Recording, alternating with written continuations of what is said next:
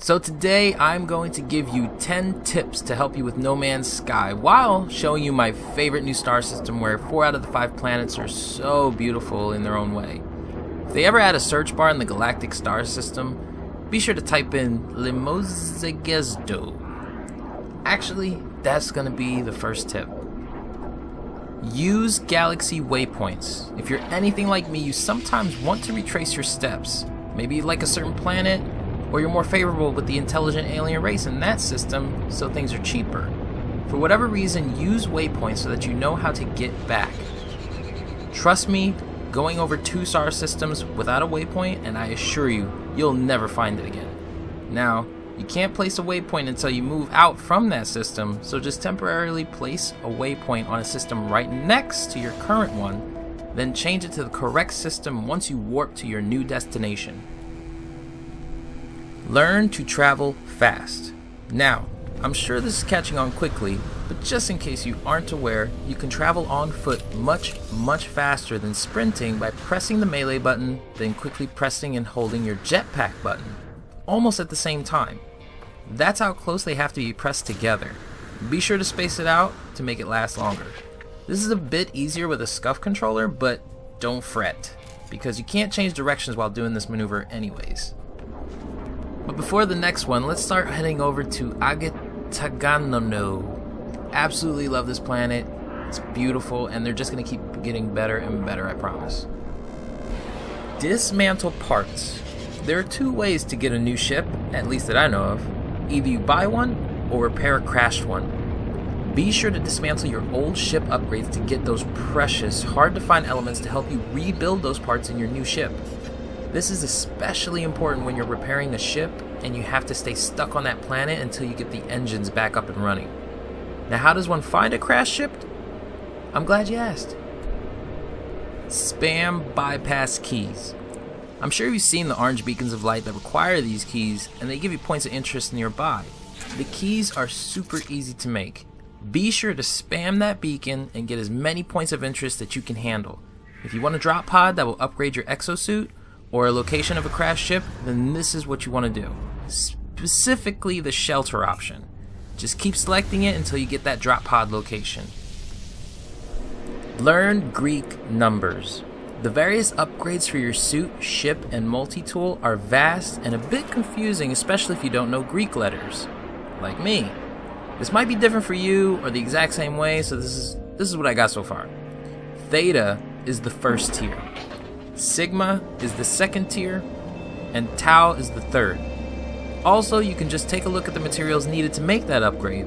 The more rare the material, then the higher the quality. So if you have a Sigma +3 and a Tau +1 for the boosting your ship's shields, for instance, then understand that Tau is on another level entirely. Okay, next up on our trip is Discharged. I really like this planet, and I have a feeling you guys are going to like it too. Don't touch that beacon. Now, let's say you come to a nice outpost that you like. It has a trade terminal and everything.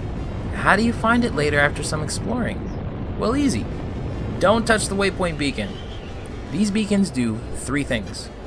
They save your progress, same as getting out of your ship. They record that you have discovered that piece of land, and they remove the waypoints so that you never ever find this place again. I mean, these planets are the size of real planets, so it's easy to go exploring and never find these outposts again. But in case you do lose the location of one, you can be sure that there will be plenty more to find on whatever planet you're on. Just need a bit of patience and bypass keys. Rename planets smartly. If there is a really rare element on your current planet, then rename it that element. Don't worry about ruining the alien authenticity of the name of said planet, because no one will ever see it, and it doesn't matter because it's just a planet. They don't matter. Know your upgrades. Now, while your ship, suit, and multi-tool all have the same inventory system, they don't all upgrade the same way. With ships, again, you can either buy or repair a crashed one, which is more fun and a lot cheaper. Your suit needs drop pods, and you purchase the extra slots one at a time after the first free one. And your multi-tool is usually found by traders or other means. Also, you can get exosuit slots once you start getting the Atlas cards, but I haven't gotten that far myself at the time of this video. I have too much fun on these planets and just never leave. Shoot space rocks. Now let's say you have trouble finding some rare elements and you've looked on all the planets with no luck. Well, shoot space rocks. And no, not the little ones containing thamium, I mean the big ones. You can get things like iridium, copper, and nickel that are tough to find down on the planets. Which leads to number 10.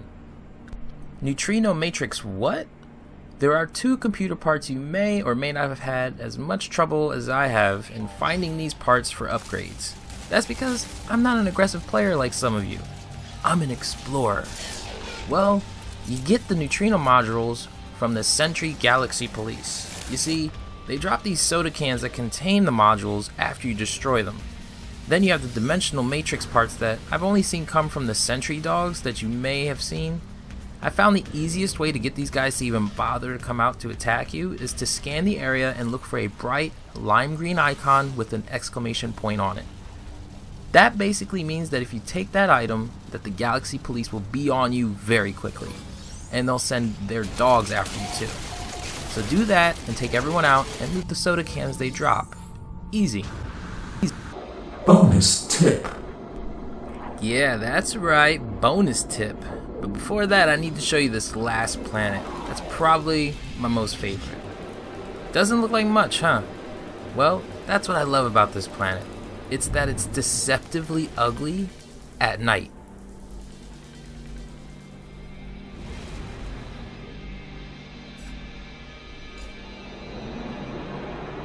But during the day, you see so much green and colors and animals everywhere. I just love it.